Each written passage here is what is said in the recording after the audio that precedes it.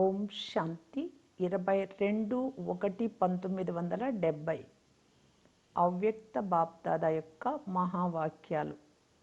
అంతిమ కోర్సు మనస్సులోని భావాలను తెలుసుకోవటం. బుద్ధి లైను స్పష్టంగా లేదు అని ఎలా తెలుసుకోవచ్చు? ఒక్క సెకండ్లో ఈ శరీరం అనే వస్త్రం నుంచి వేరుగా ఎవరు కాగలరు? బాప్దాద వతనంలో కూర్చొని ఏం చేస్తూ ఉంటారు? అంతిమ స్థితికి పరిశీలన ఏమిటి? ఈ విషయాలన్నీ ఇప్పుడు వింటాము. అందరూ ఎక్కడ కూర్చున్నారు మరియు ఏం చూస్తున్నారు? అవ్యక్త స్థితిలో స్థితులై అవ్యక్త రూపాన్ని చూస్తున్నారా, లేక వ్యక్తంలో అవ్యక్తమును చూసే ప్రయత్నం చేస్తున్నారా? ఇక్కడ నుండినే ఈ ప్రపంచంలో శబ్దం ఉంది, అవ్యక్త ప్రపంచంలో శబ్దం ఉండదు. కావున బాబా పిల్లలందరికీ శబ్దం నుండి అతీతంగా తీసుకువెళ్ళి డ్రిల్లు నేర్పిస్తూ ఉన్నారు. ఒక్క క్షణంలో శబ్దంలోకి రావటం, ఒక్క క్షణంలో శబ్దం నుండి అతీతంగా అయిపోవటం. ఇటువంటి అభ్యాసం ఈ వర్తమాన సమయంలో ఎంతో అవసరం. ఆ సమయం కూడా వస్తుంది. ఎంతెంతగా అవ్యక్త స్థితిలో స్థితులు అవుతూ ఉంటారో అంతంతగా నయనాల సంజ్ఞల ద్వారా మనసులోని భావాలను తెలుసుకుంటారు. ఎవరితోనైనా మాట్లాడాల్సిన లేక వినాల్సిన అవసరం ఉండదు. ఇటువంటి సమయం ఇప్పుడు రానున్నది. బాప్దాద ముందుకు వచ్చినప్పుడు మీరు ఏమి వినిపించకుండానే వారు మీ మనస్సులోని సంకల్పాలను, మీ మనస్సులోని భావాలను తెలుసుకుంటారు. అలాగే పిల్లలైన మీరు కూడా ఈ అంతిమ కోర్సును చదవాలి. ఏ విధంగా నోటి భాషను మాట్లాడతారో అలాగే ఆత్మలది ఆత్మికంగా ఉంటుంది. దీనినే ఆత్మిక సంభాషణ అని అంటారు. కావున ఆత్మలతో మాట్లాడతాయి. కానీ ఎలా మాట్లాడతాయి? ఆత్మల మాటలు నోటితో జరుగుతాయా? ఎంతెంతగా ఆత్మిక స్థితిలో స్థితులు అవుతూ ఉంటారో అంతంతగా ఆత్మల విషయాలను అంతే సహజంగా మరియు స్పష్టంగా తెలుసుకోగలరు. ఏ విధంగా ఈ ప్రపంచంలో నోటి ద్వారా వర్ణన చేయడంతో పరస్పర భావాలను తెలుసుకుంటారో అలా దీని కొరకు ఇక్కడ ఏ విషయము ధారణ చేయాలి? సదా బుద్ధి లైను క్లియర్గా ఉండేందుకు విశేషంగా ఏ విషయం అవసరం? తమ మనస్సులో లేక బుద్ధిలో ఏదైనా డిస్టర్బెన్స్, ఆటంకాలు ఉన్నా లేక లైను క్లియర్గా లేకపోయినా పరస్పర సంకల్పాలను మరియు భావాలను తెలుసుకోలేరు. లైన్ క్లియర్గా లేని కారణంగా తమ సంకల్పాల కల్తీ జరగవచ్చు. కావున ప్రతి ఒక్కరూ తమ బుద్ధి లైను క్లియర్గా ఉందా అని పరిశీలించుకోవాలి. బుద్ధిలో ఎటువంటి విఘ్నము విసిగించడం లేదు కదా. తెగిపోని విధంగా, స్థిరంగా, అలసట లేని విధంగా ఉండాలి. ఈ మూడు విషయాలు జీవితంలో ఉన్నాయా? ఈ మూడింటి నుండి ఒక్క విషయంలో లోటు ఉన్న బుద్ధి లైను క్లియర్గా లేదు అని అర్థం చేసుకోవాలి. ఒకటి, బుద్ధిలో ఎటువంటి విఘ్నము విసిగించకుండా, రెండు, తెగిపోని విధంగా, మూడు, అలసట లేని విధంగా. ఈ మూడింటిలో ఒక్క విషయంలో లోటు ఉన్న బుద్ధి లైను క్లియర్గా లేదు అని అర్థం చేసుకోవాలి. బుద్ధి లైను క్లియర్గా అయిపోతే దాని స్థితి, స్మృతి ఎలా ఉంటుంది? ఎంతెంతగా బుద్ధి లైను అనగా పురుషార్థపు లైను క్లియర్గా ఉంటుందో అంతంతగా స్మృతిలో ఏమి ఉంటుంది? ఏ విషయంలోనైనా వారి ముందు వర్తమానము ఇప్పుడు స్పష్టంగా ఉన్నట్లే భవిష్యత్తు కూడా అంతే స్పష్టంగా ఉంటుంది. వారి కొరకు వర్తమానము మరియు భవిష్యత్తు రెండు సమానంగా ఉంటాయి. ఈనాటి వైజ్ఞానికులు ఎక్కడెక్కడ విషయాలను, దూరపు వస్తువును కూడా సమీపంగా కనిపించే విధంగా స్పష్టంగా చూపించారు.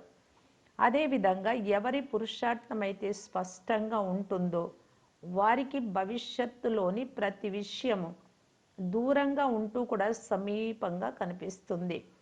ఈరోజు టీవీ చూస్తే అన్నీ స్పష్టంగా కనిపిస్తాయి, మొబైల్ ద్వారా, టీవీ ద్వారా. కావున వారి బుద్ధి మరియు వారి దృష్టి టెలివిజన్ వలె అన్ని విషయాలను స్పష్టంగా చూస్తుంది మరియు తెలుసుకుంటుంది. ఇంకా ఏ విషయంలోనూ పురుషార్థపు కష్టం ఉండదు.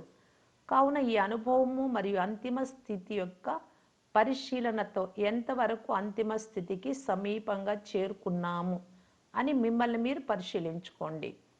సూర్యుడు తన పూర్తి ప్రకాశ స్థితిని చేరుకున్నప్పుడు ప్రతి వస్తువు స్పష్టంగా కనిపిస్తుంది. అంధకారము, మసక ఏవైతే ఉన్నాయో అవన్నీ అంతమైపోతాయి. అదేవిధంగా ఎప్పుడైతే సర్వశక్తివంతుడు జ్ఞాన సూర్యుడు అయిన తండ్రితో తెగిపోని సంబంధం ఉంటుందో అప్పుడు మీలో మీకు కూడా అలాగే ప్రతి విషయము స్పష్టంగా తెలుస్తుంది, కనిపిస్తుంది.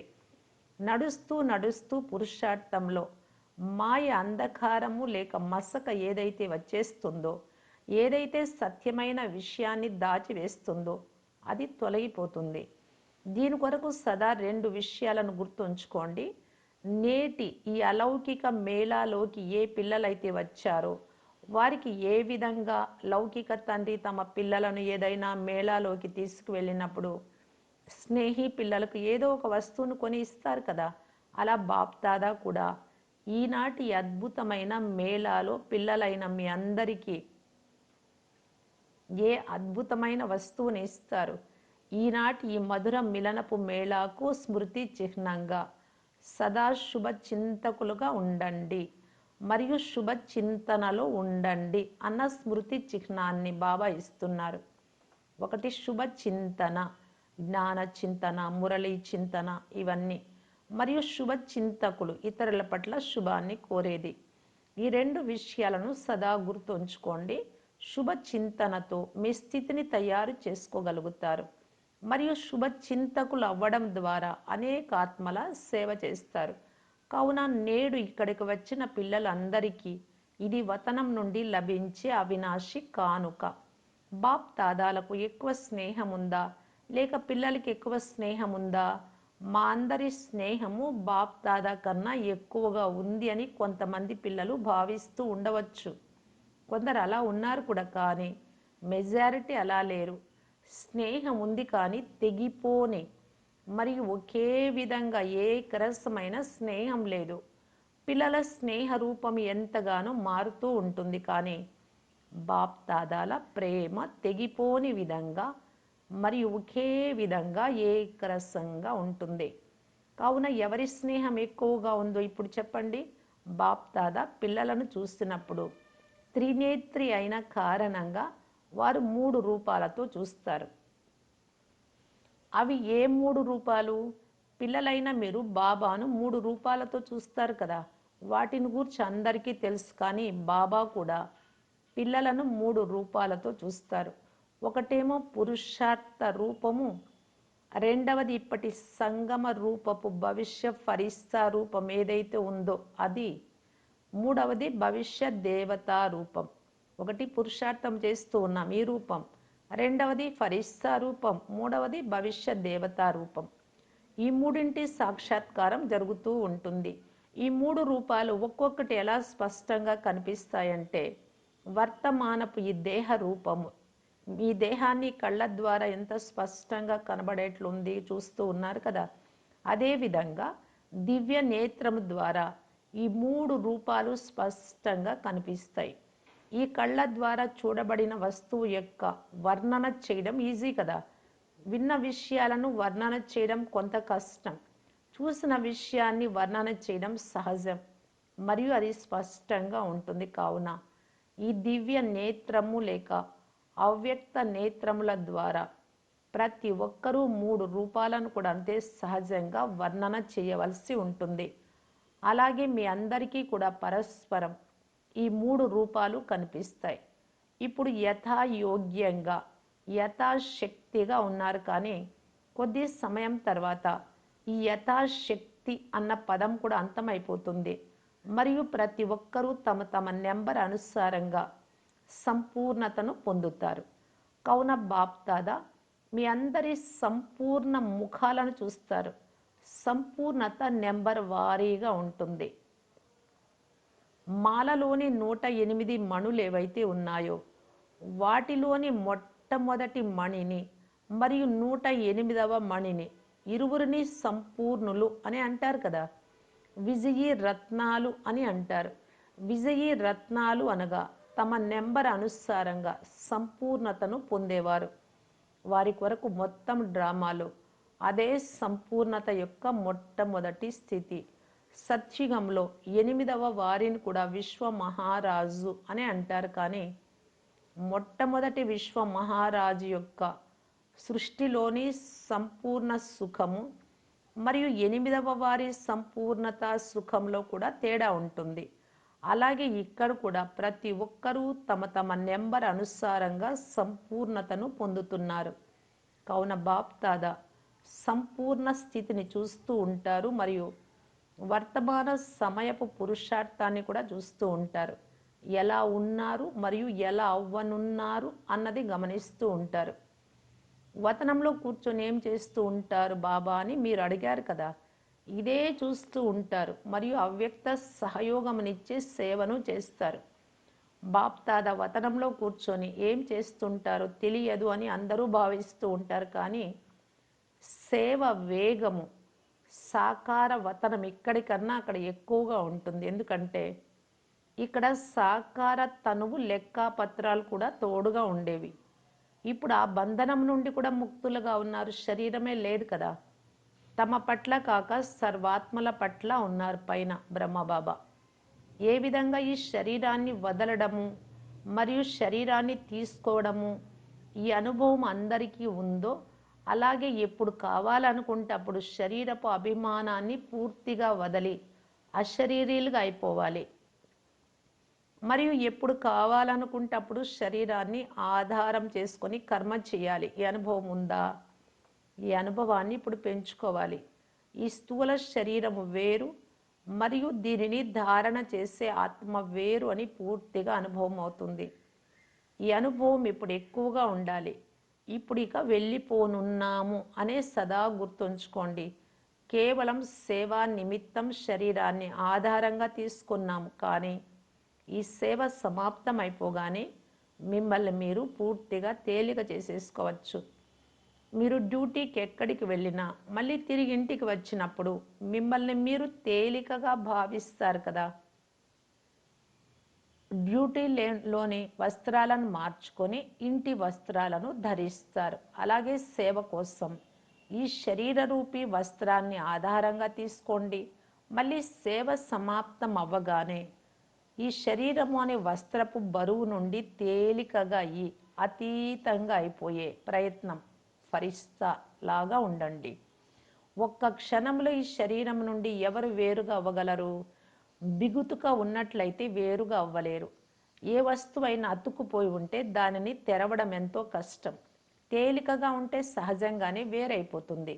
అలాగే తమ సంస్కారాలలో ఏదైనా తేలికతనం లేకపోతే అశరీరీ స్థితిని అనుభవం చేసుకోలేరు. కావున ఎలా అవ్వాలో తెలియచేశారు కదా. ఈజీగా మరియు అలర్ట్గా అవ్వాలి. మాయ కూడా ఈజీగా వచ్చేసేంతగా కూడా ఈజీగా అవ్వకూడదు. కొన్నిసార్లు ఈజీగా ఉండాల్సి ఉంటుంది, మరికొన్నిసార్లు అలర్ట్గా ఉండాల్సి ఉంటుంది. కావున ఈజీ మరియు అలర్ట్ ఇలా ఉండేవారే ఈ అభ్యాసంలో ఉండగలుగుతారు. బాప్ దాదా పిల్లలను క్రొత్తగా ఏమీ చూడడం లేదు. వారికి 3 కాలాలను గురించి తెలుసు. మరి వారిని క్రొత్త అని ఎలా అనగలరు? కావున అందరూ చాలా పాతవారే. ఎంత పాతవారు అన్నది లెక్క వేయలేదు. కావున స్వయాన్ని క్రొత్తగా భావించకండి. మీరు అతి పాతవారు మరియు ఆ పాతవారే ఇప్పుడు మళ్ళీ తమ హక్కును తీసుకునేందుకు వచ్చారు. కల్పకల్పం వస్తూనే ఉన్నారు కదా. ఈ నశ సదా స్థిరంగా ఉండాలి. మేము పురుషార్థము చేస్తాము, చూస్తాము అని కూడా ఎప్పుడు అనకండి. ఎవరైతే చివరిలో వచ్చారో వారు మేము ఫాస్ట్గా ముందుకు వెళతాము అని ఆలోచించాలి. ఫాస్ట్గా ముందుకు వెళ్ళాలి అనే లక్ష్యాన్ని ఉంచినట్టయితే పురుషార్థం కూడా అలాగే జరుగుతుంది. కావున మేము వెనుక వచ్చాము కాబట్టి ప్రజలుగా అయిపోతాము అని ఎప్పుడూ భావించకండి. వెనుక వచ్చిన వారికి కూడా రాజ్య పదవిని పొందే అధికారం ఉంది. అచ్చా, అవ్యక్త మిలనం కూడా మిలనమే. కావున మేము రాజ్య పదవిని తప్పకుండా పొంది తీరుతాము అన్న నిశ్చయమునే అందరూ ఉంచాలి. అంటే అవ్యక్త మిలనం కూడా మిలనమే. అంటే ఇక్కడ సాకారంలో బాబా వచ్చినప్పుడు మధుబన్కు వెళ్ళి డైరెక్ట్గా చూసేవారము. అలాగే ఇప్పుడు కూడా పైన కూడా ఫరిస్తా రూపంలో ఫరిస్తాగా ఉండే బాప్ తాదాను కలవచ్చు అని బాబా చెప్తూ ఉన్నారు. మేము అవ్వకపోతే మరి ఇంకెవరు అవుతారు? కోట్లాది మందిలో ఏ ఒక్కరు అని ఏ ఆత్మలు లెక్కింపబడతారు?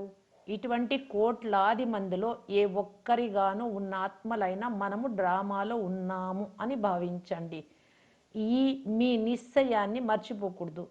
బాప్ దాదా పిల్లలందరి భవిష్యత్తును చూసి హర్షిస్తూ ఉన్నారు. ఒక్కొక్కరిని కలుసుకోవడం మనసులోని విషయం ఇదే. నిజానికి బాప్ దాదాకు ఇప్పుడు ఇది వ్యక్త ప్రపంచం కూడా కాదు. కానీ మీ అందరి సమానంగా ఈ వ్యక్త ప్రపంచంలో మీ ప్రపంచం అనుసారంగా సమయమును కూడా చూడాల్సి ఉంటుంది. కానీ వతనంలో సమయం అనేది ఉండదు, గడియారం ఉండదు. కానీ ఈ వ్యక్త ప్రపంచంలో ఈ విషయాలన్నింటినీ చూడాల్సి ఉంటుంది. అక్కడ సూర్య చంద్రులే లేనప్పుడు రాత్రి పగలు అన్నవి ఏ లెక్కలో ఉంటాయి? కావున సమయము అనే బంధనం లేదు. అచ్చా, ఓం శాంతి.